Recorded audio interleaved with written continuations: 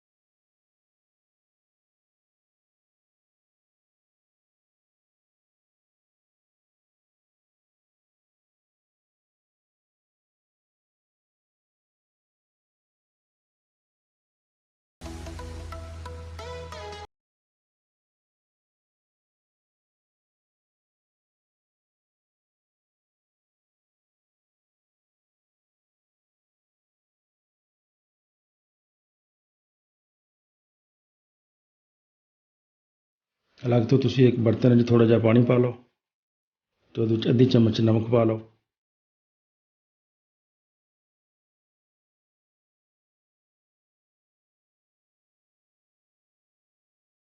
ਹਿਲਾ ਕੇ ਅਤੇ ਇਹ ਭੱਲੇ ਜਿਹੜੇ ਸਾਰੇ ਆ ਇਹ ਪਾਣੀ ਦੇ ਵਿੱਚ ਭਿਓਂ ਦੇਣੇ ਆ ਤਾਂ ਕਿ ਭੱਲੇ ਅੱਛੀ ਤਰ੍ਹਾਂ ਨਰਮ ਹੋ ਜਾਣ।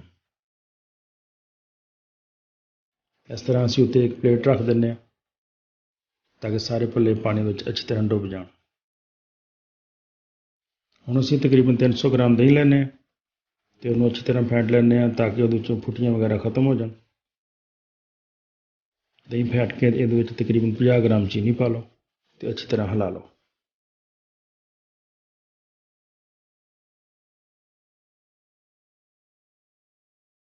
ਸਾਡਾ ਦਹੀਂ ਤਿਆਰ ਹੋ ਗਿਆ।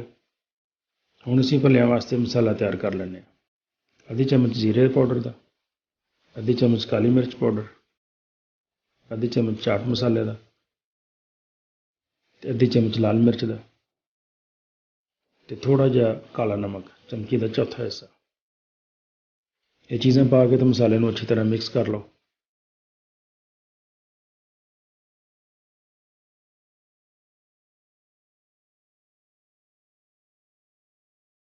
ਭੱਲਿਆਂ ਵਾਸਤੇ ਸਾਡਾ ਮਸਾਲਾ ਵੀ ਤਿਆਰ ਹੋ ਗਿਆ।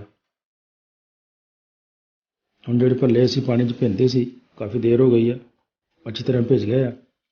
ਇਹਨਾਂ ਨੂੰ ਅਸੀਂ ਨਿਚੋੜ ਕੇ ਅਲੱਗ ਇੱਕ ਬਰਤਨ 'ਚ ਪਾ ਲੈਂਦੇ ਹਾਂ। ਇਹਨਾਂ 'ਚ ਪਾਣੀ ਥੋੜ੍ਹਾ ਥੋੜ੍ਹਾ ਨਿਚੋੜ ਲੈਣਾ ਅਤੇ ਇਸ ਤਰ੍ਹਾਂ ਅਲੱਗ ਬਰਤਨ 'ਚ ਪਾ ਲੈਣਾ। ਜਿਹੜਾ ਅਸੀਂ ਦਹੀਂ ਤਿਆਰ ਕੀਤਾ ਸੀ, ਹੁਣ ਉਹ ਭੱਲਿਆਂ 'ਤੇ ਉਹ ਪਹਿਲੇ ਦਹੀਂ ਪਾ ਲੈਂਦੇ ਹਾਂ।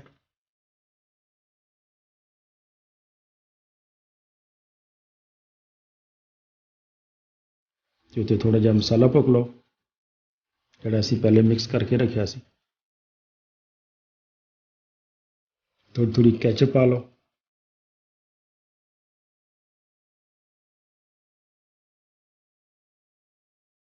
ਅਤੇ ਥੋੜ੍ਹਾ ਹਰਾ ਧਨੀਆ ਪਾ ਦਿਓ। ਅਤੇ ਦਹੀਂ ਭੱਲੇ ਸਾਡੇ ਬਹੁਤ ਅੱਛੇ ਤਿਆਰ ਹੋ ਗਏ। ਦੇਖੋ ਕਿੰਨੇ ਖੂਬਸੂਰਤ ਬਣੇ ਆ। ਜਿੰਨੇ ਖੂਬਸੂਰਤ ਉਨੇ ਹੀ ਇਹ ਟੇਸਟੀ ਬਣੇ ਆ। ਤੁਸੀਂ ਜ਼ਰੂਰ ਇਹਨੂੰ ਟਰਾਈ ਕਰਨਾ। ਇਨਸ਼ਾਅੱਲਾ ਘਰ 'ਚ ਤੁਸੀਂ ਬਹੁਤ ਅੱਛੇ ਭੱਲੇ ਬਣਾ ਸਕਦੇ ਹੋ। ਵੀਡੀਓ ਪੂਰੀ ਦੇਖਣ ਦਾ ਬਹੁਤ ਸ਼ੁਕਰੀਆ। ਅਸਲਾਮ ਵਾਲੇਕੁਮ।